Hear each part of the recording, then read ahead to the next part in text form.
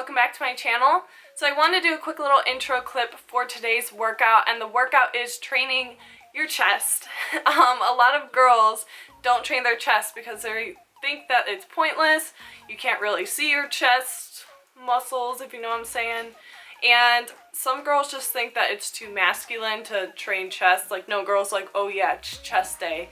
No, most girls like to work out their legs and their glutes, and that's where we tend to be our most strong, is our legs and our glutes. So it's a lot of fun to train legs because we're strong, and it's not fun to train chest because we're weaker at it. I wanted to stress the importance of training your chest. Number one is it helps to get this upper area, you know, like whenever you wear a strapless dress, it helps get this area nice and tight, toned, whatever you want to call it. But it helps build muscle in this area, and it also can help your posture a little bit as well. Because if you're constantly training your back, you can be pulled back. If you're constantly training your chest, you can be pulled forward. We want to be training all of our body parts equally, so we're not like thrown off in any weird direction. So that's one other reason why you want to train your chest, is keeping your body balanced, and you don't want to have any sort of muscle imbalances in your body. And one other thing I want to stress in this video is if you're nervous that your chest is going to get like big and muscular and you're gonna like develop these man pecs or whatever, you can always just drop the weight and do higher reps. You can focus on that 15 to 20 rep range. That's more of muscular endurance. For me, I like training chest, and I actually like training it heavy. I really enjoy benching a lot. So I train with that 8 to 12 rep range, which is muscle growth, and I have been told that my upper chest, which is like right here, could use some work, and that's fine by me, because I find ever since I've trained my chest, it's given my upper body just this nice athletic appearance, and it also works a little bit of the front part of your shoulder, your front delt, and that can just help bring your whole like upper body together. If you have like nice front delts, nice chest, bringing everything together and making it look good and feeling strong is the goal. Alright guys, so I hope you enjoyed this video and enjoy the voiceover, and I will see you in the next clip. Okay guys, so for the first exercise we're doing a chest press. This is focusing on the upper part of our chest, and you're going to need a T-bar sort of setup. I'm only using 10 pounds here, and what I do is I like to curl the barbell up to my chest and then press the weight up. You can see that there's a slight arch in my upper back, and this way I can work my chest. Whenever there's some sort of like arching in your back, just a little bit, it helps you really just concentrate on your chest and squeezing at the top. One other thing I use is a little pad for my knees, because this exercise can definitely hurt your kneecaps if you're just doing it on the hard ground.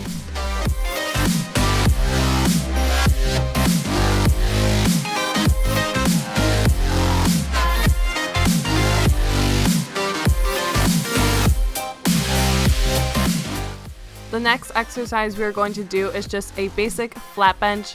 Ladies, do not be afraid to bench. It's actually a lot of fun. And if you can only do the bar, that is completely fine. And let's say your gym doesn't have a barbell available, or the bench just feels weird, you can always just use dumbbells instead. Here you can see that my feet are flat on the ground, my butt is on the bench, and there's a slight curve in my back. Do you guys see that? That is all normal technique whenever you are doing a bench press. You want to make sure your scapula is also on the bench. You don't want to have that lifted up or your butt lifted up. That's a little bit dangerous for your back, and that's just not right form in general.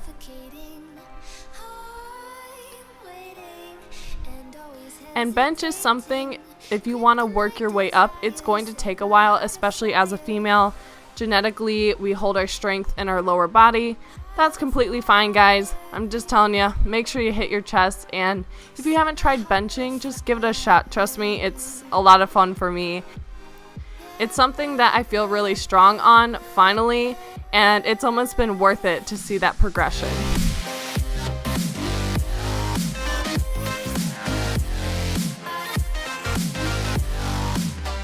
The next thing we are doing is some push-ups. This requires no equipment, which that is awesome, so you can do these at home.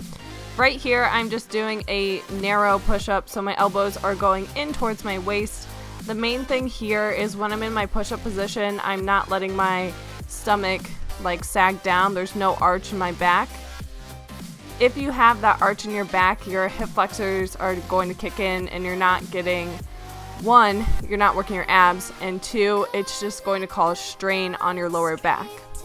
Here I'm doing a alternate version of a push-up. You want to have your knees on the ground, hips are open, stomach is tight, and then try to do a push-up. Whenever you're doing these, I just recommend keep going until you feel your form break.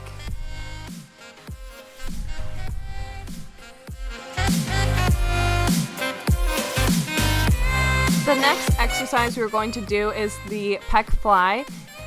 This is just on the machine. You can also do this on cables. One thing that's great about this exercise is your biceps are actually the second mover.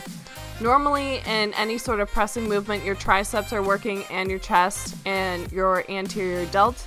But right here, my chest is working, my biceps are working, and also that front part of my delt or the anterior delt. What's important on this exercise is when you bring your hands together, you're really squeezing, and make sure you're breathing. Guys, I forget to breathe all the time whenever I'm working out, especially when I'm doing chest. And the last thing we're going to do is some incline dumbbell press. This is going to work the upper chest. If you are at a more flat position, you're working like the middle part of your chest, but at this incline position, we are working more of the upper part of our chest. Right there, I want to show you guys how I get into this because it can be a little bit tricky. I set my dumbbells on my knees and then pop the weight up, just like that. Also, whenever you're doing a incline dumbbell press, make sure you're not locking out your elbows. You want to keep your joints nice and safe. And I did 4 sets of 8 to 12 reps here.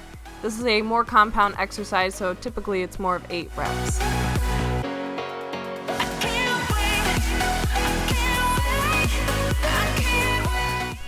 If you guys liked today's video, make sure you hit the thumbs up down below. And also, that little subscribe button is free, and I recommend you guys hit that as well too. So, thank you guys very much for watching. I hope you enjoyed the video, and have a great day. Bleeding, and all you can see is red, till you discover it is within each other.